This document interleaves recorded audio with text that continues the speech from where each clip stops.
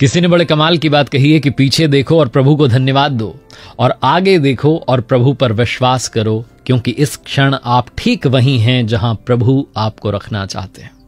नमस्ते, मैं RJ Kartik my FM से। और ऐसी वीडियोस देखने के लिए सब्सक्राइब करें माय एफएम का यूट्यूब चैनल और दबाएं बेल आइकॉन। हम में से बहुत सारे लोगों के दिमाग में एक सवाल आता है कि मैं ना होता तो क्या होता, अगर मैं नहीं होता तो पता नहीं क्या हो जाता।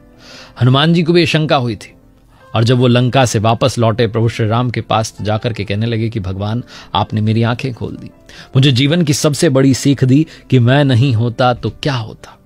जब मैं लंका में माता सीता का निवास स्थान ढूंढ रहा था, मुझे वो नहीं मिल रही थी, परेशान हो रहा था, तब मुझे वहां पर एक संत के दर्शन हुए। और मैंने तो कभी सोचा ही नहीं था, लंका निशिचर निकर निवासा, यहां कहां सज्जन कर वासा। मैंने सोचा कि संत तो भारत में ही पाए जाते हैं, लंका में कहां मिलेंगे। लेकिन लंका में संत विभीषण से मेरी जो है भेंट हुई, जिन्होंने मुझे तुरंत उपाय बता दिए कि कहां आपको जाना है। अशोक वाटिका में पहुंच गया। तब मुझे विश्वास हुआ कि भगवान, संत जो हैं वो कहीं भी मिल सकते हैं दुनिया में। उसके बाद जब मैं अशोक वाटिका में पहुंचा तो पेड़ पर बैठा और प्रतीक्षा कर रहा था कि किस तरीके से माता सीता से भेंट करूं, कैसे उन्हें बताऊं, कैसे आपका संदेश दूं। तभी वहां पर रावण ने जो है प्रवेश किया, और रावण बहुत क्रोध में था, तलवार लेकर आया था, माता सीता का वध करना चाह रहा था। मेरे अंदर अचानक से जोश आया, मुझे लगा कि तलवार लेकर के रावण का वध कर देता हूं। लेकिन तब प्रभु कुछ ऐसा हुआ कि मेरी आंखें खुल गई। तब रानी मंदोदरी आई और आकर के रावण का हाथ पकड़ लिया और कहा, नहीं, आप ये नहीं कर सकते। वो मंदोदरी जिसे तो प्रसन्न होना चाहिए था, अगर माता सीता रास्ते से हट जाती तो भय दूर हो जाता कि अब मैं ही रानी रहूंगी। लेकिन उसी मंदोदरी ने मुझे एक सबसे बड़ी सीख दी कि तुम नहीं हो तब भी माता सीता की रक्षा हो जाएगी। और आपने मुझे सबसे बड़ी सीख दी कि तुम नहीं भी होते तब भी काम हो जाता। प्रभु, तब वहां पर त्रिजटा ने कहा कि एक बंदर लंका में घुस आया है जो लंका को जलाएगा, आग लगा देगा।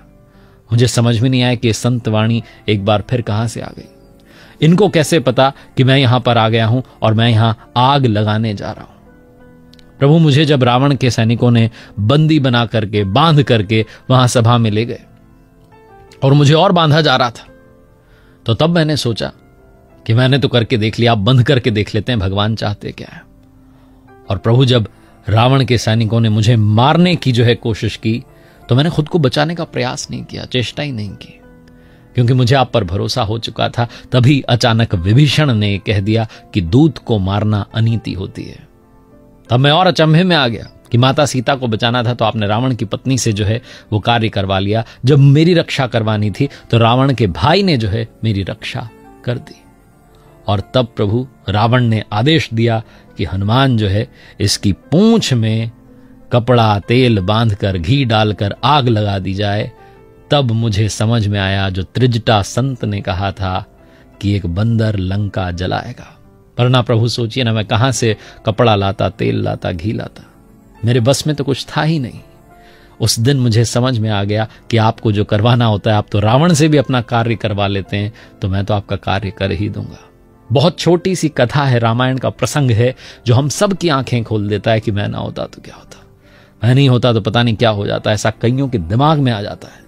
अपने दिमाग से इस शंका को हमेशा के लिए हटा दीजिए। जिससे जो कराना है, जिसको जहां पहुंचाना है, वो पहुंचा रहे हैं, क्योंकि उनका प्लान सर्वश्रेष्ठ होता है। उनके प्लान पर भरोसा बनाए रखिए। एक बार फिर से वही बात, कर दिखाओ कुछ ऐसा कि दुनिया करना चाहे आपके जैसा। याद रखिए, हर सोमवार सुबह 9:30 बजे मेरे साथ देखिए एक नई कहानी। नहीं, हर शुक्रवार सुबह 9:30 बजे देखिए लर्निंग सीरीज का एक नया वीडियो। और हाँ, अगर आप कुछ अच्छा सुन रहे हैं तो माय एफएम सुन रहे हैं, चलो अच्छा सुनते हैं। ऐसे ही वीडियोस देखने के लिए सब्सक्राइब करें माय एफएम का ऑफिशियल यूट्यूब चैनल। याद रखिए, अगर आप कुछ अच्छा सुन रहे हैं तो माय एफएम सुन रहे हैं, चलो आज कुछ अच्छा सुनते हैं।